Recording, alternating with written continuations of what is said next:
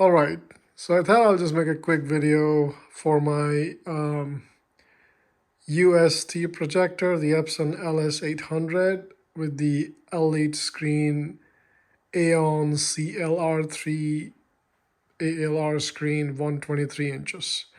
I already made one video. It was a bit rough work, and I was talking in that video why am I returning my LS800, the Epson LS800. And there are multiple reasons, but really the reason I'm returning that projector and the reason why you're looking at this white screen in front of you is because of this halo on the three corners on the top and the side. You see this light? It's, again, there are different kinds of halo. This, I would call it a halo, but then again, it's really like a shadow. And I'm gonna talk about everything that you want to know about UST projector and the halo that it gets. Most have it, maybe some don't have it. I don't know, but most of the USTs have it, and I'm gonna show you why it's there. And I'll also talk about some of the common things that people say to you, that how it's not properly aligned, or you are not setting up correctly, and put a velvet on the wall and stuff like that. I've gone through all of that process. I've put this in multiple forums, and I've talked to multiple people, and I think I've come to the end. And just hear me out completely, why I think this is a real problem and it's gotta be fixed. The first thing I want to show you is I'm not using any kind of adjustment on my projector. So if I go to installation, I'll just show that everything is, I'm gonna reset everything. There's no keystones or anything like that. Wait a second, is it yes or no? Yes. So reset all distortion. Okay, that's what I just did. And I just did it to show you that there was no setup done digitally to make this right. Some of you will tell me that there is a little gap in here, and you know what, I can fix it. The reason it's a bit like that in the corner in here is because my wall is not 100% flat. There's probably a stud somewhere which is making it a bit warped, and that's why if you see even in here the shadow or the halo is a bit crooked, and that's because of the wall, but that's not the cause of the halo. And I want to just reiterate each time that you might think, what, my wall is perfect, I'm not gonna get the halo. No, you probably will get a halo. And the reason why it comes is because this light is falling, it's coming from the screen, and it's going all the way to here. And you see here, there's like a it's not super sharp. If you see this one, it's not super sharp. It's the border of the screen is not 100% sharp. And what happens, and this is my theory, so I could be wrong, is a part of the light, it just goes like this and it falls on the wall. See, I picked up, I cannot do this because I have a double-sided tape here. Let me go on the other side. If I pick up the screen, the halo increases. So it's not really the halo increases, it's really the shadow, okay? It's the shadow of this edge of the screen that falls here. So the light is coming here. This light is going through this edge and falling on the wall. And because of this edge, this elevation for like an inch here, right? This is the shadow you're looking at, okay? So if you were using just a simple wall or very thin screen, maybe you'll not get it, okay? But, unless you're using a wall, you will get it. Now, here are a few things that people say when they see a halo and they say it could be corrected. The first thing they say is, well, your projector need adjusting because it's not properly you're using digital correction. And I just showed you that I was not using that. The second thing they will say, use a border screen. Now, I'll just show you. This is, I don't have a tape with me, but it's easily like 4 inches here. All right. Now, again, every screen is different. This is about 1 inch thick screen. So the shadow is about 4 inches here. Again, if you do the math, it's probably the same angle. The light is falling in here. You won't have a screen with 4 inches of border. That's going to be looking terribly ugly. There's no such screen with 4 inches of border. So you cannot get that. So it's not the screen being so thin. The bezel being so thin is the problem. That's not the problem. The problem is the screen's elevation. And as long as you have a screen that is at least 1 inch thick, you're going to have that shadow. All right. The other thing is, the only thing that you could do is paint, maybe not paint, I don't know, maybe put velvet, black velvet on the back of the wall or the screen or something, maybe the whole wall, make it black velvet, or maybe a few inches on the side. Maybe you could do that. That's the solution. I don't like velvet, so I'm not doing it. I'm just getting rid of the projector. It's just not worth it for me. So that's that. Now, there's one other thing I wanted to show you. Some of you might say that you probably have to just... so one other thing I was thinking I could do is like put a lip in here. Now, I don't have a paper or something with me. Do I? Let me try with this one. All right, so if there was a lip here, okay, if this screen was going a bit upwards, like on the corner, if there was an edge, so this is what would happen. You see that you're just extending the shadow, but it's still there. It's still there. I wish I had 3 hands, but it's still there on the edge, right? You can see my hand and everything because the light is falling on it. So if I put a lip, unless I put a lip like super, protruding out like almost like 4 or 5 inches, and it went all the way to the wall in that case, the shadow, then I could avoid it. But it's not gonna stop. I mean, even if I have a lip by 1 inch or 2 inch, it's just gonna be a bit outward, the shadow, but it'll not be gone 100%. So that's something you cannot do. So you cannot do border, you cannot do a lip.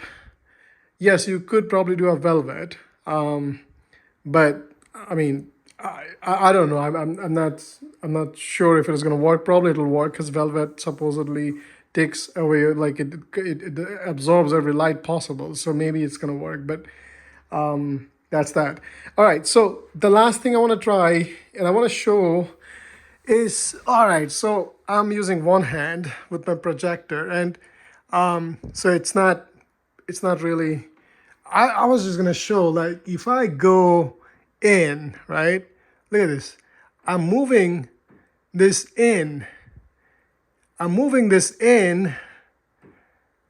all the way, and still the halo is still there, the shadow is still there. So I don't quite understand this, because I was thinking that, when I will move this like 50% inside, I'll not have the halo anymore. But I still have it. Okay, and the other thing I want to show you, some others, so this is the shadow that I'm referring to. I'm calling it halo, but it's actually a shadow. Some others have a different kind of thing. They have like this, you see, it's more like this. Now, this is different.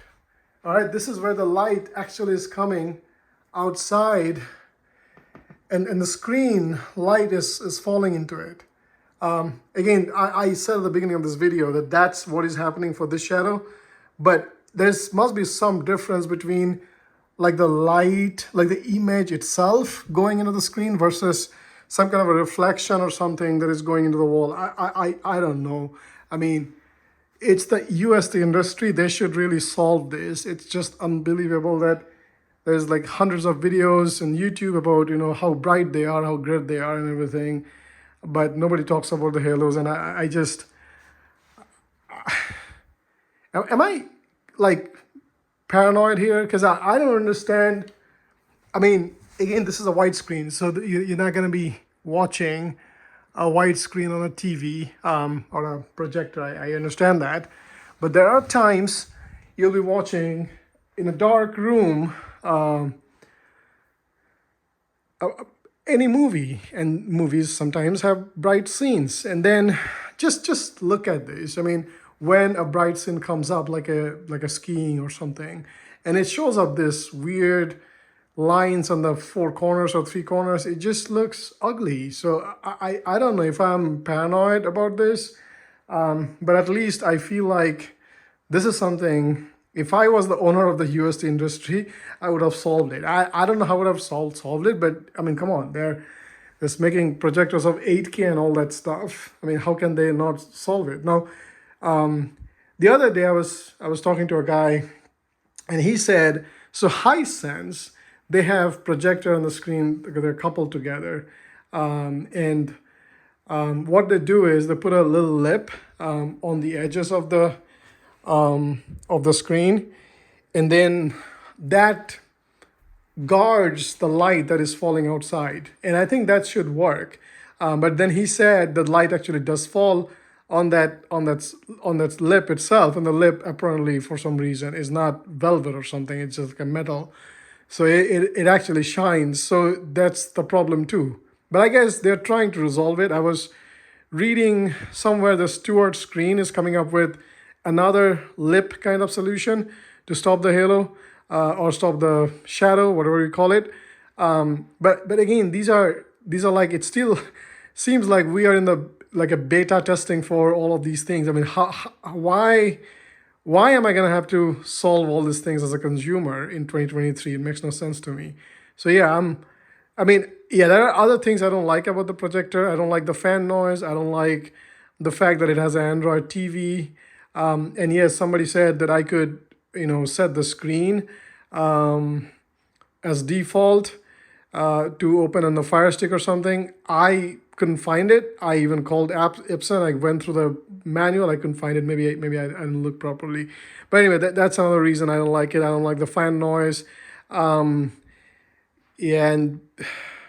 the CEC doesn't work very nicely on this projector. Every time I turn off my Fire Stick remote, the CEC would not turn off the projector completely. It would turn it off and then turn it on. I tried with 2 times turn off. It didn't work also. I did notice that other people on forums who have the same problem. But anyway, those are the other issues. Those are like, I mean, if the halo wasn't there, if the shadow wasn't there, and those issues were, I would have kept it. But no, I'm not gonna keep this with this ugly stuff all around our screen. So again, I thought it was gonna be a short video, but I ended up talking a lot. Hope you liked it. Again, I'm not here to tell the USTs are bad. I just wanted to get it out in the open what my thoughts are about this halo or this shadow on the USTs. And this is a common thing. Most USTs have it. If you don't like it, be very, very careful before you buy a UST. Maybe go out and test it out. Like if you cannot test out a projector, so to say, you probably have to go to the store, turn off the lights in that room. And by the way, that's another thing. You have to turn off the light. If this was a perfect, let me just show you quickly. If I make the light 100%, you see the shadow is still there, but it's not 100% visible. And that's one of the reasons why a lot of times you will see the USTs, because they are advertising, the fact that you can watch them in a bright room and stuff like that. So a lot of times, the showrooms have that in a bright place, so you're not seeing the halo. But it's almost like it's used for bright rooms and for dark rooms too, right? That's how it's supposed to be. But no, it's not, because a lot of times, I even talked to the Epson, the technical support a couple of times, and 2 of them have told me this is not the use case for this projector. I mean, this projector is supposed to be watched in a bright room, in a room with the ambient light.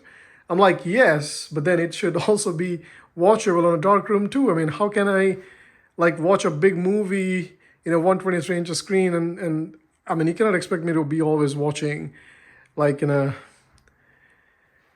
bright room. All right, so there goes my rant about UST projector and the shadow on the wall that you get from it. I hope you like it. I'll try to make more videos similar to this. So subscribe to my channel. I make movies, I make music, not movies, I make like videos and music and other things. Have a great rest of your day or evening, and ciao. Bye-bye.